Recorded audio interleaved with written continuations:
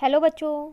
आज मैं आपको एक्सरसाइज 4.2 के जो कुछ क्वेश्चंस हमारे लास्ट क्लास में रह गए थे वो कराऊंगी। लास्ट क्लास में हमने क्वेश्चन नंबर 7 तक कर लिए थे। देखिए उसके आगे आपके पास यहाँ पर 4 क्वेश्चंस और हैं। ठीक है, चलिए देखते हैं। यहाँ पर लिखा है insert 3 rational number between -1 and 1। अब आपको क्या करना है कि दो रैशनल नंबर्स के बीच में और रैशनल नंबर्स को इंसर्ट करना है। कैसे इंसर्ट, मतलब इनके बीच के कौन से रैशनल नंबर्स होते हैं वो आपको बताना है। ठीक है ना। तो देखो -1 और 1, आप तो सोच रहे होंगे अगर हम इसको नंबर लाइन पे बनाए -1 और 1 को तो इसके बीच में सिर्फ 0 आता है। आता ही नहीं आता। तो हम क्या करते हैं, इसको थोड़ा सा चेंज कर देते हैं। तो देखो मैंने -1 को -1/1 लिख लिया। डिनोमिनेटर में मैं 1 लगा सकती हूँ ना, जब मेरे पास कुछ भी नहीं होता।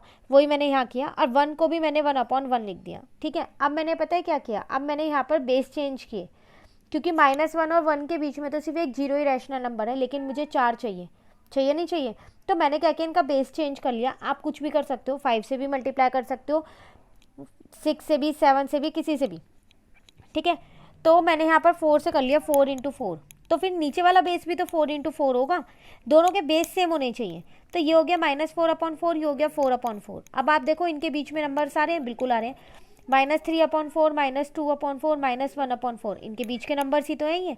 ठीक है, तो आपको ये बेस ऐसे रखना है, मतलब यहाँ पर नंबर ऐसा मल्टीप्लाई करना है कि उनके बीच में 3 रैशनल नंबर निकल रहे हों। अगर आप यहाँ 2 × 2 करोगे तो फिर -2 और 2 हो जाएगा, तो इनके बीच में 3 रैशनल नंबर नहीं निकल पाएंगे। ठीक है ना, तो 2 ही रैशनल नंबर निकल पाएंगे। तो आप उस चीज़ का ध्यान देना कि बेस किस हिसाब से चेंज करना है। ठीक है, चलिए अगला देखते हैं। अगले में आपसे यहाँ पर कह रहे हैं insert 4 rational numbers between 1/9 and 1/11। अब तो आपको ये पहले से ही रैशनल नंबर की फॉर्म में दिया है, लेकिन इनका बेस सेम नहीं है। यहाँ पर आपके पास 9 है और यहाँ पर आपके पास 11 है, तो इनका बेस सेम करना पड़ेगा। पहले मुझको करना पड़ेगा ना, तो देखो कैसे करेंगे वो। तो मैंने क्या किया है, यहाँ पर 1/9 और 1/11। 1/9, अब आपको ये देखना है 9 और 11 की टेबल में कॉमन नंबर कौन सा है, जो दोनों की टेबल में आता हूँ, वो आपको देखना है। तो पहले सबसे पहले मेरे दिमाग में यहाँ पर आया था 99। 9 की टेबल में भी आता है और 11 की टेबल में भी आता है। तो इसका मतलब आप यहाँ पर क्या करोगे, 9 11 से इंटू कर दोगे और यहाँ पर 9 से कर दोगे, तो बेस आपका सेम हो जाएगा। जैसे आपने असेंडिंग और डिसेंडिंग में किया है वैसे ही करने हैं बेस सेम। लेकिन फिर यहाँ पर ऊपर आएगा 9/99 और यहाँ आएगा 11/99, और यहाँ पर आएगा आपका, मैं दिखा देती हूँ आपको लिख के कैसे मैं आपको कह रही हूँ। तो यहाँ पर आपका जो आएगा वो आएगा 11/99, और जो नीचे वाला है उसमें आपका आने वाला था, ये 11 है आपके पास। ठीक है, और जो नीचे वाला है इसमें आएगा आपके पास 9/99। लेकिन इन दोनों के बीच में तो फिर एक ही रैशनल नंबर है 10/99। इसका मतलब ये वाला बेस तो नहीं हो सकता, तो फिर हम इसको हटा देंगे, इसको नहीं करेंगे। आप कोई दूसरा सोचेंगे। ठीक है, अब जब कोई दूसरा नंबर कैसे सोचें और कौन सा नंबर हो सकता है, तो मैंने एक एक नंबर से करके देखा, तो मेरे माइंड में एक 22 आया। मतलब 198 एक ऐसा नंबर है जो 9 और 11 दोनों की टेबल में आता है। इसके लिए आपको डिविजिबिलिटी रूल्स आने चाहिए, आने चाहिए ना, बिल्कुल, तभी आप बता सकते हो कि 198 11 की टेबल में आता है या नहीं आता। ठीक है, तो फिर मैंने क्या किया, यहाँ पर मुझे पता चला कि 198 दोनों की टेबल में आता है। मैंने पहले 9 से डिवाइड किया 198 को, तो 22 पे आता था, मैंने यहाँ 22 लिख दिया। ठीक है ना, उसके बाद 11 से डिवाइड किया तो वो 18 पे आता था, तो यहाँ 18 लिख दिया। अब देखो दोनों के बेस सेम हो गए, 198 198, और यहाँ आ गया 22 और 18। ये इतने नंबर के बाद भी मेरे इसके बीच में ना, जो ये वाला जो 2 है आपके पास,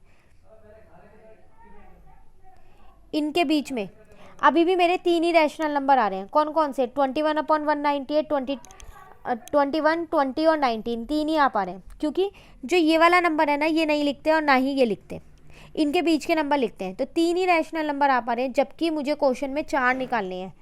तो अभी इससे और बड़ा नंबर सोचना पड़ेगा, है ना। तो आपको इससे बड़ा नंबर सोचने की ज़रूरत नहीं है अब। ठीक है, आप यहाँ पर 3 कर लेना। ठीक है, तो इसका मतलब यहाँ पर आप क्या करो, जो ये आपका क्वेश्चन था 4 रैशनल नंबर, इसको आप यहाँ पर इसको 4 को कट करके यहाँ पर आप 3 लिख देना। ठीक है, अब आपको 3 रैशनल नंबर्स लिखने हैं यहाँ पर। ठीक है ना, चलिए क्वेश्चन नंबर 9 आपको समझ में आ गया। सिर्फ बेस सेम करना है। अब बेस इस तरीके से सेम करना है कि उनके बीच में 2 रैशनल नंबर्स के बीच में जितने हमसे कहा जा रहा है उतने रैशनल नंबर्स हों। ठीक है ना, अब क्वेश्चन नंबर 10 देखते हैं।